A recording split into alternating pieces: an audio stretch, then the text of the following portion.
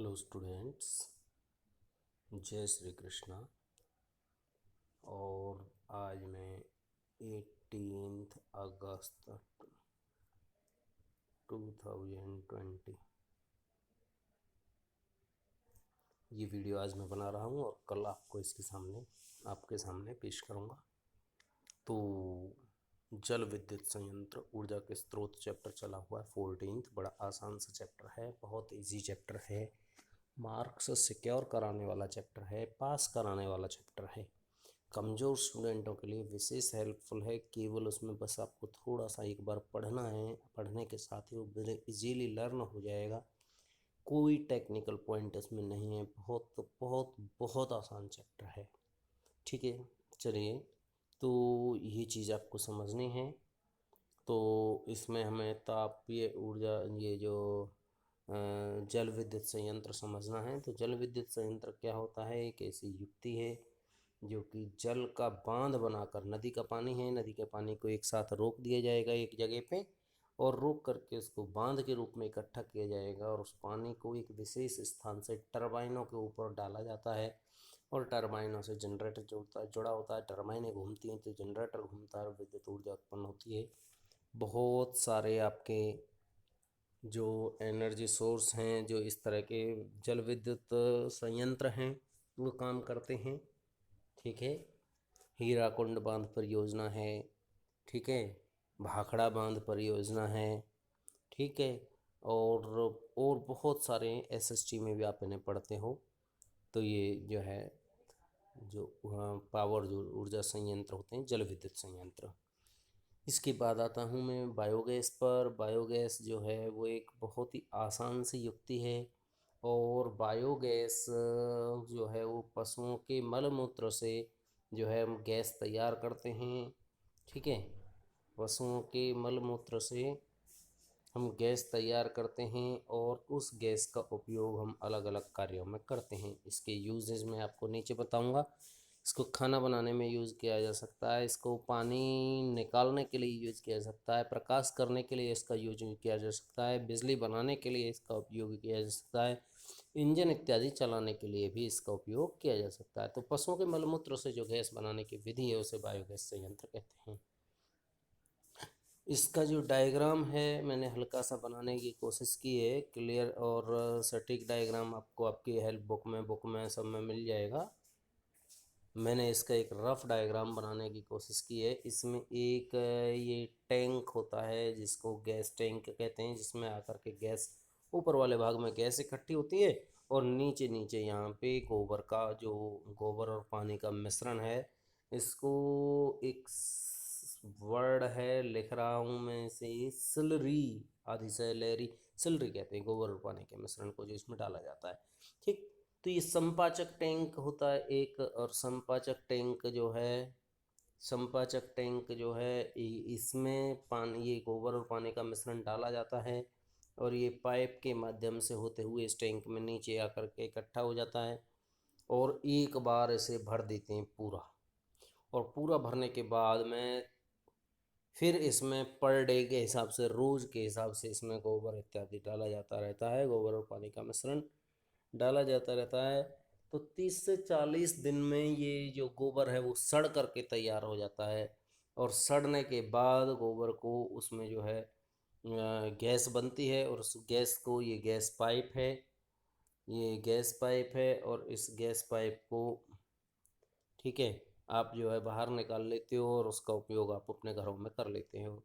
ठीक है जी। और ये एक बाहरी जो टैंक है, ये टैंक इस संपाचक टैंक से, यानी कि जो अंदर डालने वाला टैंक है उससे नीचे की ओर होता है।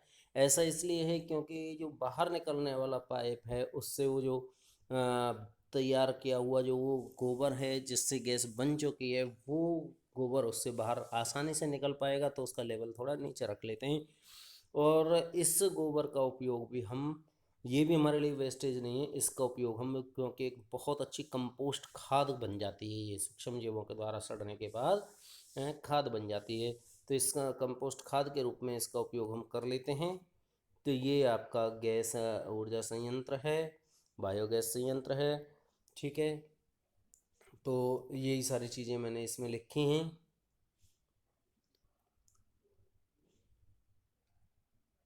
तो इसमें जो है कनेक्शन होता है संपाचक टैंक से बाहर जाने वाले टैंक से।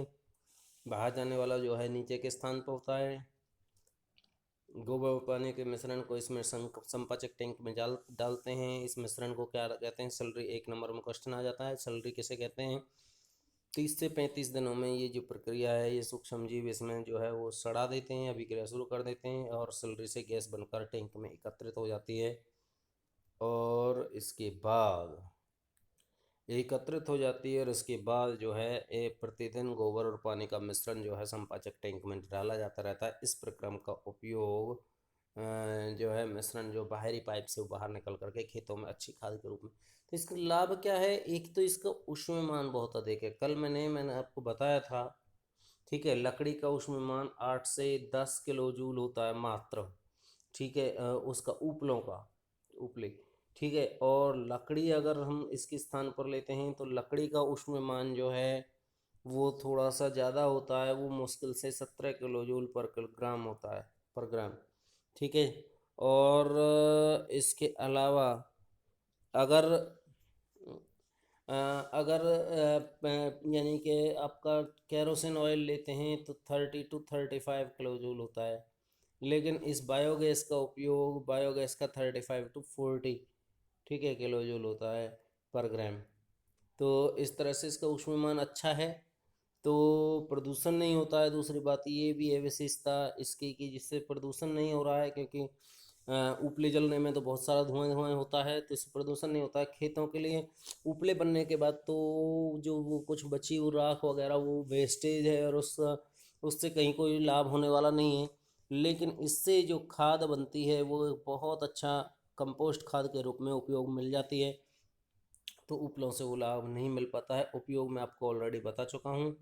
तो इसके जो उपयोग हैं वो अलग अलग तरह से हैं, प्रकाश करने में, खाना बनाने में। लेकिन जहाँ इतने सारे लाभ हैं वहीं इसमें कुछ कमियां हैं। अदरवाइज़ ये हमारे गाँवों में हर जगह देखने के लिए मिल जाता।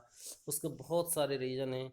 एक बड़ा रीज़न ये है कि इसके लिए ना ज़्यादा पशुओं की आवश्यकता होती है। 5-7 पशु चाहिए, तो 5-7 पशु चाहिए, तो 5-7 पशु आप देखिए बहुत कॉस्टली होंगे। और 5-7 पशु कॉस्ट को भी देखा जाए, एक बार की कॉस्ट है कोई बात नहीं, लेकिन उससे जो है उसको रख रखाव में पालन पोषण बड़ा आसान नहीं है। एक ही पशु को काम करने के पालने के लिए हमें बहुत सारा काम करना पड़ता है।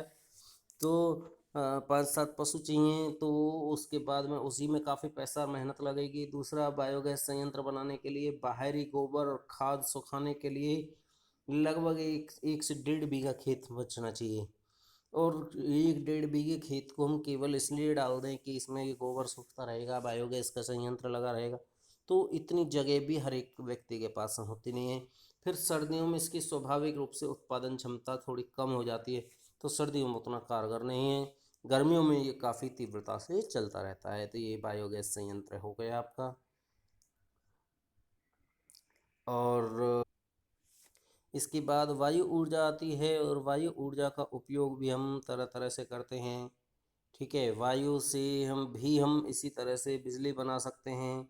वायु से भी हम इसी तरह से काम कर सकते हैं, पंप से पानी निकाल सकते हैं, बल्कि आटा पीस सकते हैं। तो इन सारे कामों में इसका उपयोग किया जा सकता है।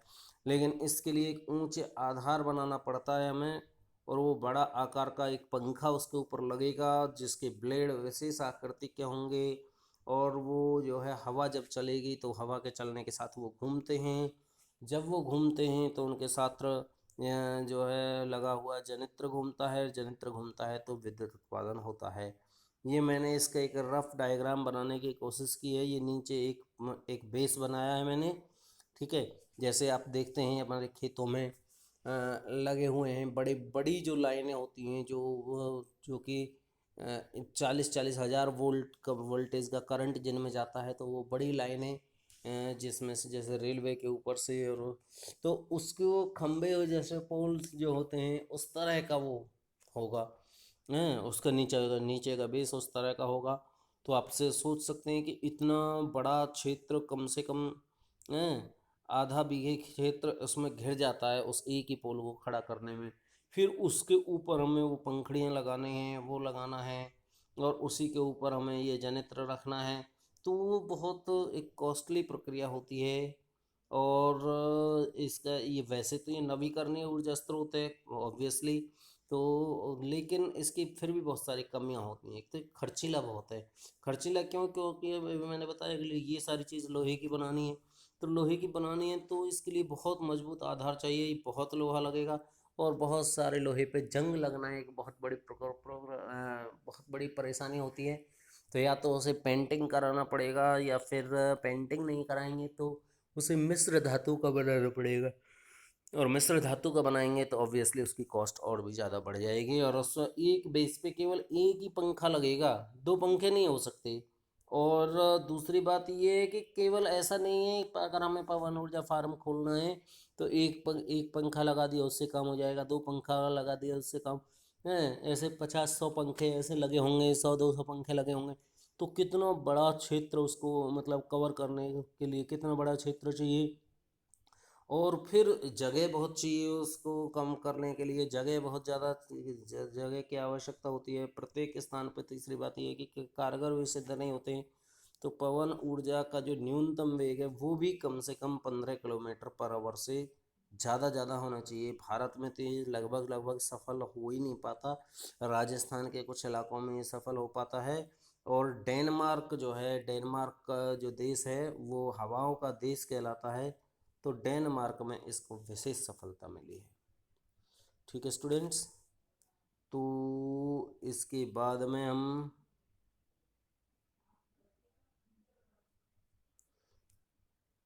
चलते हैं जी सौर कुकर के ऊपर। और सौर कुकर जो है वो एक बहुत ही अच्छा सधा हुआ संयंत्र है, और इसका जो उपयोग है वो हम भोजन बनाने में इसका उपयोग कर सकते हैं। सौर ऊर्जा के द्वारा हम भोजन इससे बना पाते हैं।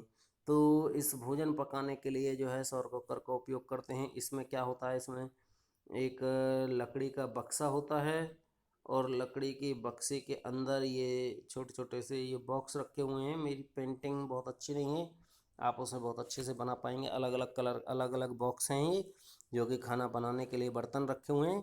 और इसके ऊपर एक कांच की पट्टी लगाई हुई होती है, ये अलग से पट्टी है। ठीक है जी, ये कांच की पट्टी दिखाने की कोशिश की है। तो कांच की पट्टी क्या करती है, इसे ढकने के काम आती है। और पीछे एक दर्पण लगा होता है, ये समतल दर्पण है। इसके मॉडल में तो समतल दर्पण ऐसे सामान्य सौर कुकर में समतल दर्पण होता है। अब बच्चों 2-2 नंबर के क्वेश्चन आ जाते हैं रीजनिंग के। तो अलग अलग कोड आते हैं, 4 कोड आते हैं, 4 कोड नहीं 24 कोडों के क्वेश्चन भी इसमें से बन जाएंगे। और ये पूछ लेता है कि जो सोलर कुकर का जो लकड़ी का बक्सा है ये अंदर से काले रंग का क्यों होता है। दूसरे कोड में पूछ ले बर्तन काले रंग के क्यों होते हैं। तो दोनों का ही एक ही आंसर है, जो काला रंग है वो ऊष्मा का एक बहुत ही अच्छा अवशोषक है, और जो काला रंग है वो अच्छे से अवशोषित कर लेता है, जिसके कारण उसका तापमान बढ़ जाता है। तीसरे कोड में पूछ ले कि भैया ये जो बीच में कांच की पट्टी लगी हुई है ये क्यों लगी हुई है जी। तो इसका आंसर ये होगा कि जो कांच की पट्टी है, कांच का एक विशेष गुण होता है, कांच अपने अंदर आने वाले ऊष्मा और प्रकाश को अंदर तो आ जाने देता है लेकिन बाहर नहीं जाने देता। तो बाहर नहीं निकलेगा, इससे कांच की पट्टी से ये ढका रहेगा। अंदर तापमान अधिक रहेगा, तापमान अधिक रहने से ऊष्मा जम बनी रहेगी अंदर, तो अंदर जो खाना है पकाने के लिए उसमें अधिक अच्छा तापमान मिल पाएगा और खाना आसानी से पक जाएगा। चौथी बात पूछ सकता है भैया जो दर्पण है, दर्पण क्यों लगा होता है। तो दर्पण इसलिए लगा होता है कि दर्पण इसकी क्रियाशीलता को बढ़ाता है। मान लो ये सूर्य है, तो सूर्य का प्रकाश दर्पण पर पड़ा और दर्पण ने उसको रिफ्लेक्ट करके इस कांच की पट्टी के ऊपर डाल दिया, कांच की पट्टी ने इसको अंदर भेज दिया और अंदर उसका तापमान बढ़ गया। अगर ये दर्पण नहीं होता, मान लो ये दर्पण ना हो, तो केवल सूर्य का प्रकाश ही जो है केवल कांच की पट्टी पर ही पड़ेगा और कांच की पट्टी से ही बस वो जो अंदर आएगा। अभी क्या है, कांच की पट्टी पे तो पड़ ही रहा है, प्लस दर्पण पर पड़ रहा है, दर्पण उसे फिर दोबारा से भेज रहा है। तो इस तरह से ये जो है इसका जो है बेनिफिट मिल जाता है। तो समतल दर्पण की प्लेट होती है और कांच की पट्टी होती है, और ये सारी चीज़ें जो है होने के बाद में जी, ये जो फोटो है इसमें थोड़ा सा पोर्शन ऊपर से कट गया है किसी कारण से। अभी जो हमने सौर सेल पढ़ा था, सौर सेल की कमियां हम पढ़ते हैं। इसमें कमियों में क्या है, सौर सेल की बहुत सारी कमियां होती हैं। एक तो ये बादलों वाले दिन में काम नहीं करता है, और ये कि रात के टाइम पे काम नहीं करता है, और इसकी कार्य क्षमता काफ़ी कम है। इसमें केवल दाल इत्यादि बन सकती है, बल्कि मुख्य रूप से ये मानिए कि पानी गर्म हो सकता है।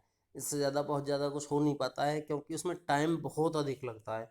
तो ये इसकी कमियां हैं, और इसी कमी को सुधारने के लिए एक नया चीज़ आती है, और उसको हम कहते हैं सौर भट्टी। सौर भट्टी उसका संशोधित रूप है। लेकिन बच्चों, अब ये वीडियो काफ़ी लंबी होती जा रही है, तो इसको मैं आपको अगले एपिसोड में इसको सॉल्व करूँगा। आप सभी स्टूडेंट्स, एक तो मैं ये कहना चाहूँगा कि अपना पढ़ाई को सिस्टमेटिक वे से बना करके रखें। देखिए, जुड़े रहने में सब कुछ है, जुड़े रहने में बहुत बड़ा लाभ है। अगर आप जुड़ाव नहीं रखेंगे अपने आप से, अपने स्टडी से, तो कहीं ना कहीं आपको बहुत लॉस होगा, और वो जुड़ाव होना बहुत ही आवश्यक है। तो उम्मीद है मेरी बात को आप समझ रहे होंगे, और आपको जो है अपना स्टडी को सिस्टमेटिक वे से रखना है। Thanks a lot. जय श्री कृष्ण।